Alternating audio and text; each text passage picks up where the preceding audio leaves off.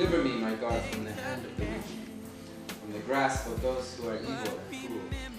For you have been my hope, sovereign Lord. My confidence sets my youth. From my birth I have relied on you. You brought me forth from my mother's womb, and I will ever praise you.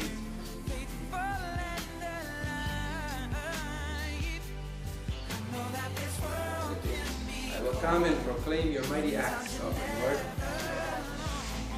I will proclaim your righteous deeds, yours alone. Since my youth, God, you have taught me, and to this day I declare your marvelous deeds. Even when I am old and gray, do not forsake me, my God, till I declare your power to the next generation, and your mighty acts to all those who are to come. Lord. So it's just a reminder to me that God is faithful. This song talks about how God is faithful to him in his youth. The time of the birth, his mother's womb. The mother is here to testify.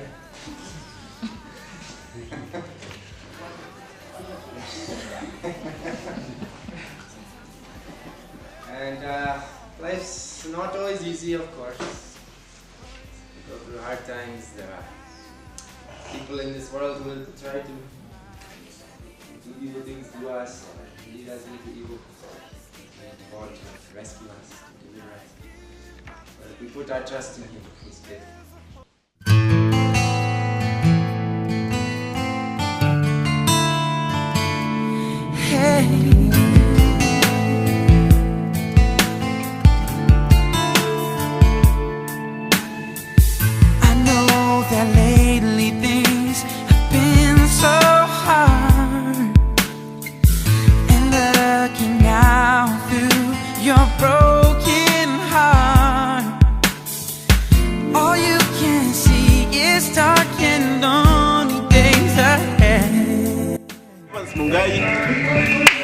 Ahadi alumni and part of the staff of Ahadi. My name is Nelson and I'm an alumni of Ahadi. My name is Rickson Washira, an alumni of Ahadi. Help me with the cooking. Hello, my name is Ruben Muredi. I'm a cook. I'm also an alumni in Ahadi. Thank you.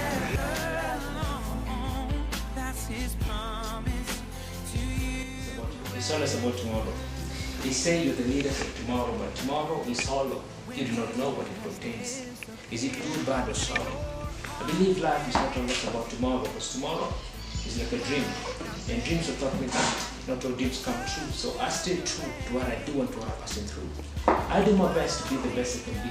To live the life I see, because I got my PhD. And by PhD, I mean prayers, hopes, and determination. That's what I mean by PhD. Because life it's never boring or exploding mind. Hard work make me see and not become blind. Doing your best makes you one of a kind, so I'm too good to be true, but true is what I am. I'm due to God, I'm due to people, I'm due to what I do. I'm due to my calling to shape the tree of life and bring down the fruits of the hand. By doing your best, everything is short. So clear, white as snow. I tell you this because I know what you reap is what you sow. Yes, it's true because that is a fact. My word is my pride, but wisdom is bigger than the words from the wise. So be careful for not to do and always think twice, because you never know what tomorrow has to offer. From my childhood to where I am, it's like a miracle. So yes, and the Ahadi has made that possible for me. And I can only be thankful because there's nothing much more I can give than what I've been given. There's so much to give than I've received.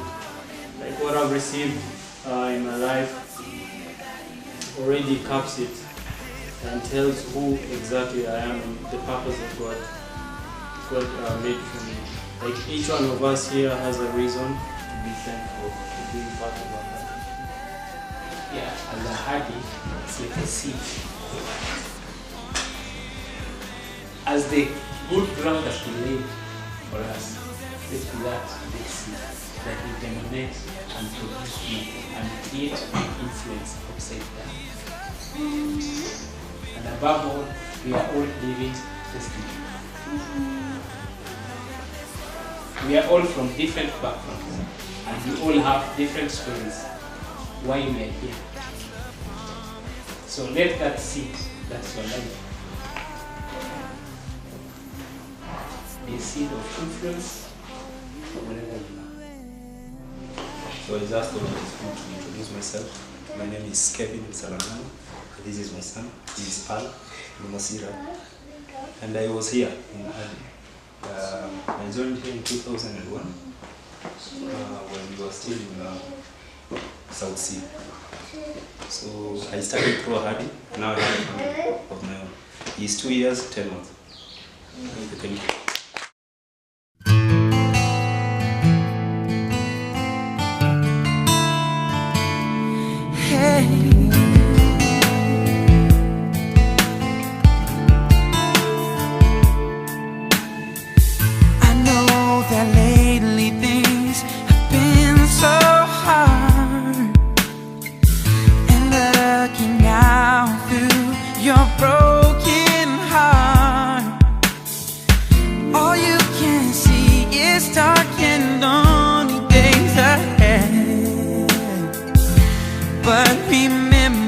Jesus said He knows every star in the sky, every single tear that you cry. His love is here, faithful and alive. I know that this world can be cold, in His arms you're never alone. That's His promise to you and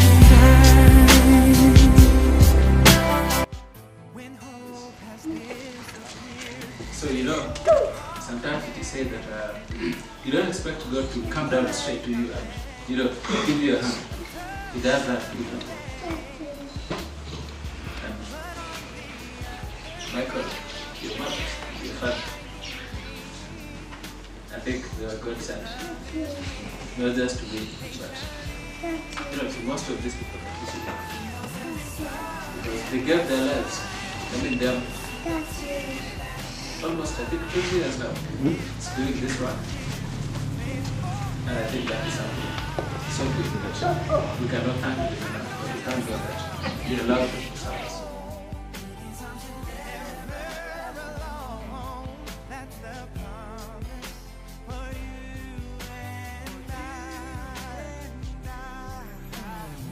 And the trustees actually own the property. And so this makes it so that, somebody could have said, well, who owns this place? Well, we have a board of directors, but they didn't really own the place. So the trustees own the place. So in other words, someone can't just decide to sell off the property. And the person who has helped us to go through all of that registration is their lawyer, Mercy Duritu's wife. And she's been most helpful in taking care of the way that lawyers have to phrase things and, take things to the right offices and so forth. So that's been a big help.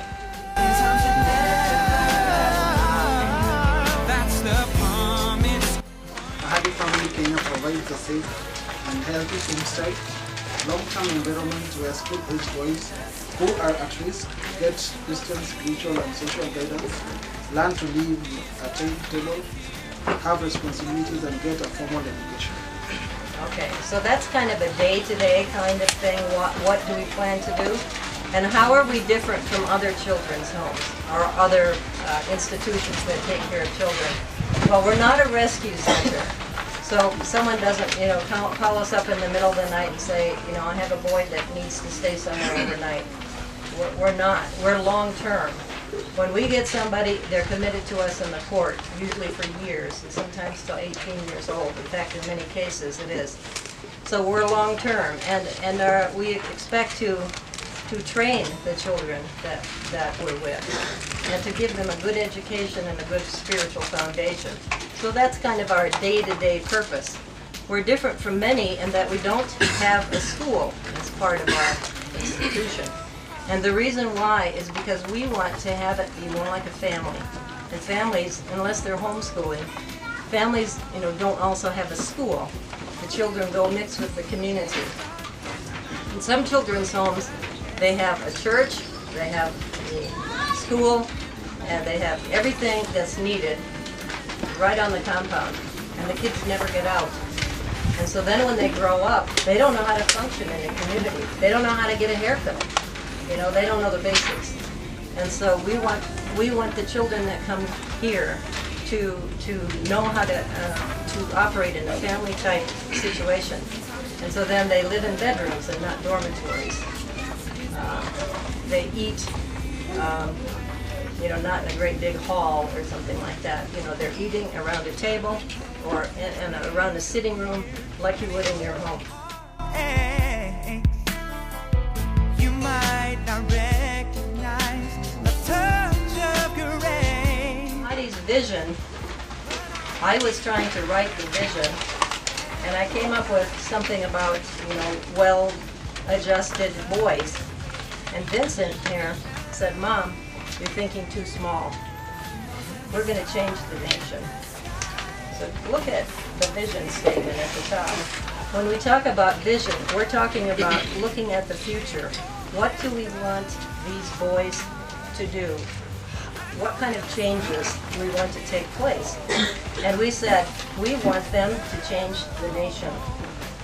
And we're seeing it happen. Sometimes at a national level, like Vincent is working with governors. Paul is working with parliamentarians. Bakari is working with county officers. Others are working in other ways in what we think of as being smaller situations, but they're making an impact too. I was thinking about when you take a stone and you throw it into the water and you watch it land, it doesn't just go plop and nothing. You see ripples going out all the way to the edge of the pond. And you don't know, you can't imagine how much impact you are having that you'll never see, never know about. But you might impact a person next to you who impacts a person next to them.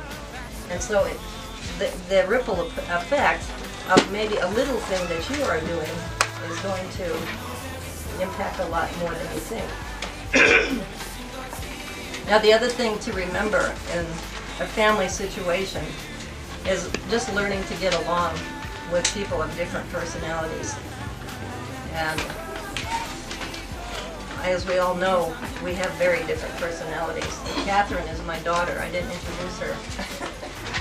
This is Catherine. She's my third child. I have 4. Michael is my first child. They're not at all like each other. There's Christy, who's in between the two of them, and Karen, who's the last. And with each one, they were very, very different. And the first 2 were very outgoing, Michael and Christy, and very loud. and then came Catherine. And Catherine was very quiet, except for that she never slept. So she never took naps. But anyway, she was, and I wasn't used to that. The other 2 kids were so loud and into everything all the time, and I was actually a little bit worried about her. And I thought, I said, this kid doesn't have a personality. But anyway, in a family situation, you learn to, adapt to each other and realize that not everybody's the same. And that's the way it is in the church too. Jesus and Paul have taught us that we all have different gifts, and we're actually made to be interdependent.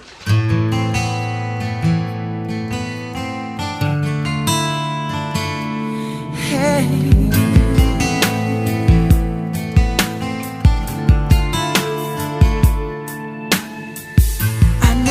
That lately things have been so hard, and looking out through your broken heart,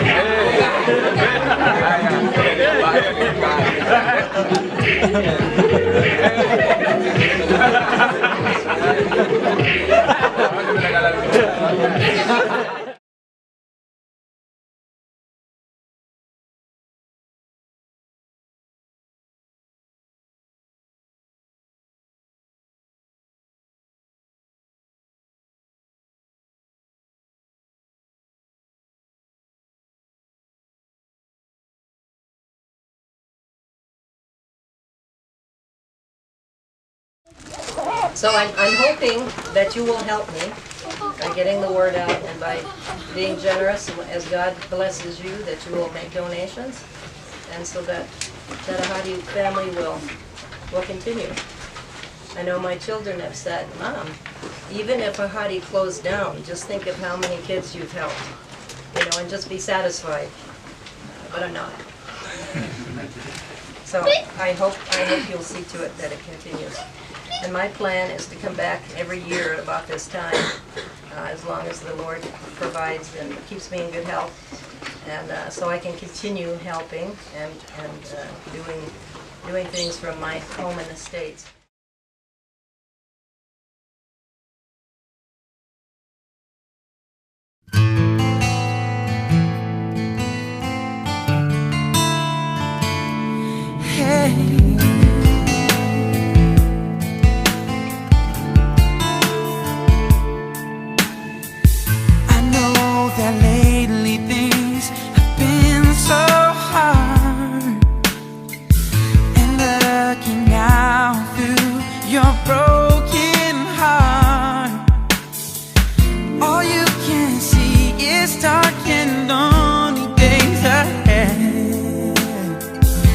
But remember, Jesus said He knows every star in the sky, every single tear that you cry.